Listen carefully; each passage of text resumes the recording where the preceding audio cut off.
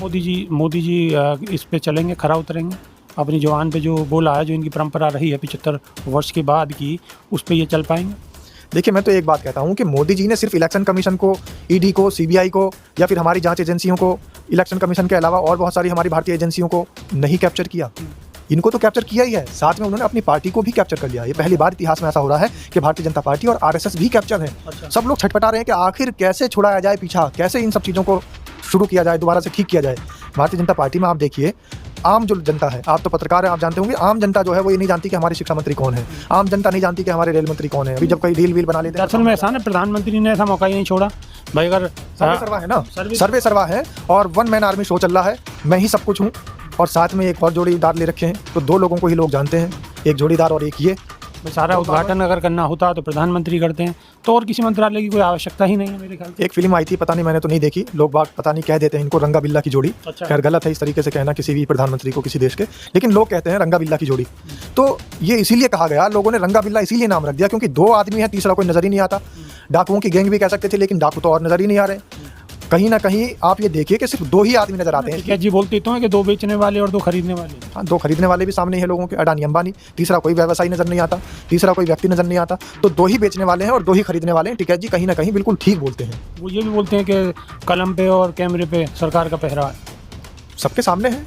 आप देखिए TV show की जो हवेलियाँ हैं, टीवी रोड की जो हवेलियाँ हैं, वहाँ से एंकर आइन क्या बोलते हैं, जो उन्हें स्क्रिप्ट दी जाती है। और एक बड़ा खुलासा किया भारतीय जनता पार्टी की खुद की प्रवक्ता ने। भारतीय जनता पार्टी की प्रवक्ता, मैं आपको नाम बता दूं, निघत अब्बास, जब वो पार्टी से त्रस्त हो गई और पार्टी की नीतियों से त्रस्त हो गई और उनका उत्पीड़न होने लगा, तो उन्होंने पार्टी छोड़ दी और वो कांग्रेस में शामिल हो गई। कांग्रेस में शामिल होने के बाद उन्होंने बड़ा खुलासा किया और बड़ा खुलासा करने के बाद उन्होंने बताया, एक जोशी जी का नाम बताया उन्होंने कि एक जोशी जी हैं, हिरेन जोशी। हिरेन जोशी। आप समझ गए, जनता नहीं समझ पा रही अभी। तो ये वो जोशी जी हैं जो मोदी जी के गुजरात में जब वो मुख्यमंत्री थे तब भी ओएसडी थे और वो गुजरात से इनको यहाँ पर साथ लेकर आए थे। जैसे कोई होती है ना कि जो जिसे हमारे गांव देहात में बोल देते हैं, एक दुल्हन होती है और उसकी कहीं और दूसरी जगह शादी हो जाती है किन्हीं कारणों से, तो दहेज में कुछ लेकर आती है ना, एक बच्चा साथ में लेकर आती है या कुछ लेकर आती है, तो ये उसी तरीके से साथ में लेकर आए थे यहाँ। जैसे गाड़ी के साथ स्टेपनी आ जाती है, तो ये उसी तरीके से चिपका कर लेकर आए थे। क्योंकि ये जानते हैं कि कैसे मैनेज करना है मीडिया को। इन्होंने वहाँ भी मैनेज किया था और यहाँ पे भी इनका मैनेजमेंट जारी है। और मैं तो ये समझता हूँ कि बहुत सारे दबी जुबान में टीवी चैनल्स के मालिक, एंकर और रिपोर्टर्स को छोड़ दीजिए, मालिक ये कहते हुए नजर आते हैं कि आज इनकी क्लास लगी थी, आज इनको वहाँ बुलाया गया। तलब हो जाते हैं, जैसे अदालतों में तलब किया जाता है, ऐसे हिरेन जोशी की अदालत लगती है टीवी चैनलों के लिए। और अगर कोई टीवी चैनल इधर से उधर लीक से हटता हुआ नजर आता है तो साहब की हवेली पर तलब कर। नमस्कार, स्वागत है आपका। मेरा नाम है विपिन विभाग, हमारे साथ पत्रकार शादाब रिजवी। धन्यवाद विभाग जी। शादाब रिजवी, राहुल गांधी ने प्रेस कॉन्फ्रेंस की और प्रेस कॉन्फ्रेंस में कहीं ना कहीं चुनाव आयोग को वो आगाह करके चले गए हैं। बिल्कुल। लेकिन जो हाइड्रोजन बम की बात थी वो थोड़ा सा उन्होंने टाल दिया है। पूरी घटनाक्रम को किस नज़रिए से आप देखते हैं, बताएं।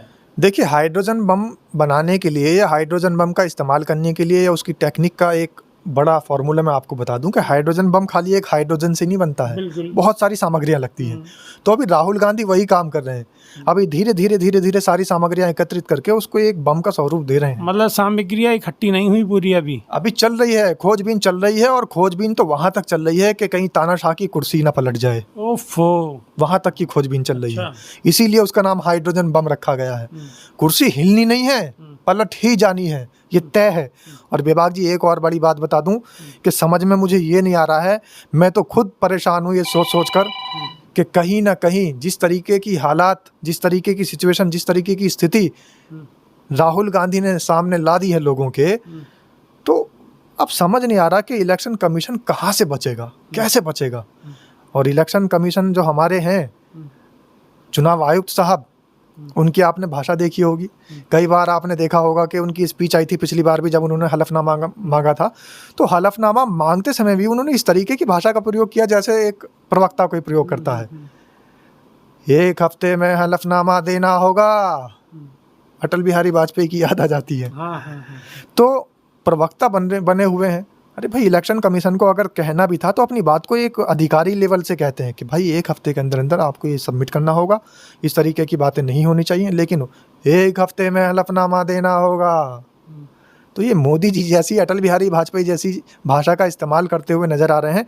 इसका मतलब साफ है। और सबसे बड़ा एक सबूत मैं आपको बता दूं, लोग समझ लेंगे, दूध का दूध पानी का पानी हो जाएगा।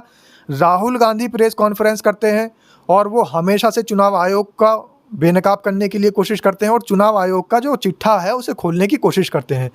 चुनाव आयोग को बेनकाब राहुल गांधी लगातार कर रहे हैं, चुनाव आयोग की चोरियां पकड़ रहे हैं, चुनाव आयोग की गलतियां लोगों के सामने लेकर के आ रहे हैं और बाकायदा डेटा के साथ लेकर आ रहे हैं, बाय प्रूफ वो लेकर के आ रहे हैं। वो कह रहे हैं कि मैं जो भी चीज़ें बोल रहा हूँ, जो भी बातें बोल रहा हूँ, जो भी चीज़ें आपके सामने ला रहा हूँ वो सबूत के साथ है। तो फिर इसमें कहाँ कौन सा संशय बचा है? लोगों के सामने सब कुछ साफ हो चुका है कि चुनाव आयोग चोरी करा रहा है, चुनाव आयोग ही मिला हुआ है और इनकी मिली भगत के साथ ही ये सारा खेल चल रहा है। और इस खेल का परिणाम है कि जहां कांग्रेस थोड़ा सा मजबूत स्थिति में है वहीं पर उनके वोट काट दिए गए हैं। तो वोट काटने की, पहले तो वोट चोरी की राजनीति का पर्दाफाश किया, ठीक है, राहुल गांधी ने। अब दूसरे जो सेशन में प्रेस कॉन्फ्रेंस में उन्होंने वोट काटने की राजनीति जो चल रही थी उसका भी पर्दाफाश कर दिया। तो जगह जगह धांधलियाँ हो रही हैं।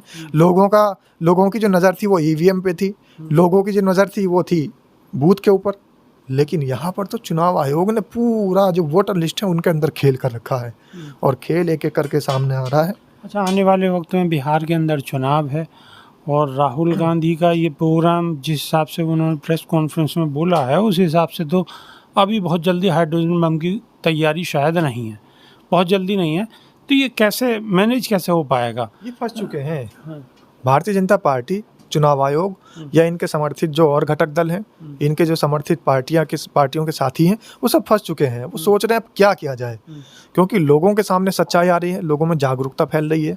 और राहुल गांधी ने, आपने ध्यान दिया होगा, उन्होंने कहा कि 1 हफ्ते के अंदर अंदर आप जवाब दें चुनाव आयोग। तो आपको पत्र मांगा था, इन्होंने उनसे जवाब मांग लिया। आपको लगता है कि चुनाव आयोग 1 हफ्ते में जवाब देगा या कोई इसमें कुछ बोलेगा, उसकी कोई प्रतिक्रिया आएगी?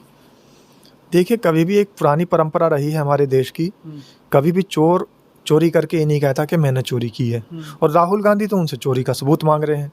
तो राहुल गांधी तो लोगों के सामने जागरूकता फैलाने के लिए कह रहे हैं कि भाई सबूत दीजिए।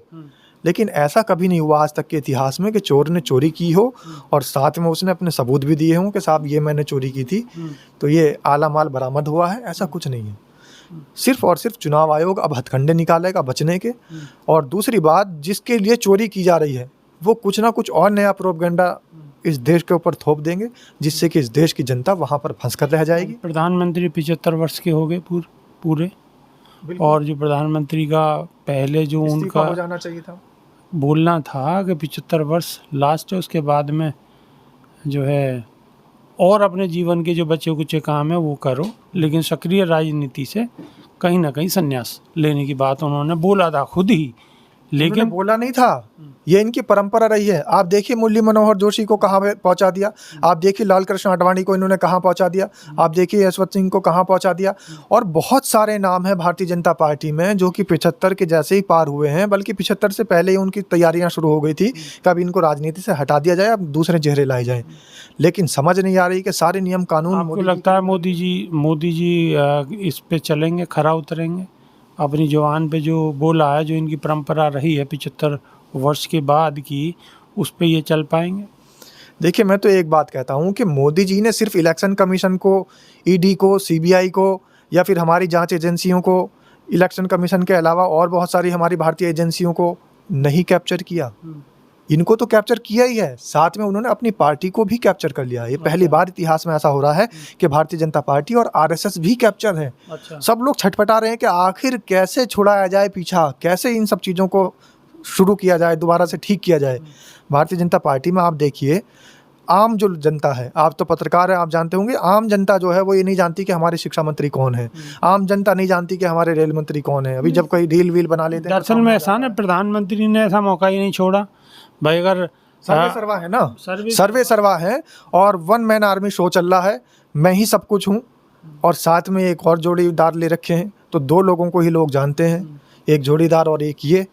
भाई सारा उद्घाटन अगर करना होता तो प्रधानमंत्री करते हैं, तो और किसी मंत्रालय की कोई आवश्यकता ही नहीं है मेरे ख्याल से। एक फिल्म आई थी, पता नहीं, मैंने तो नहीं देखी, लोग बाग पता नहीं कह देते हैं इनको रंगा बिल्ला की जोड़ी। अच्छा। खैर गलत है इस तरीके से कहना किसी भी प्रधानमंत्री को किसी देश के, लेकिन लोग कहते हैं रंगा बिल्ला की जोड़ी।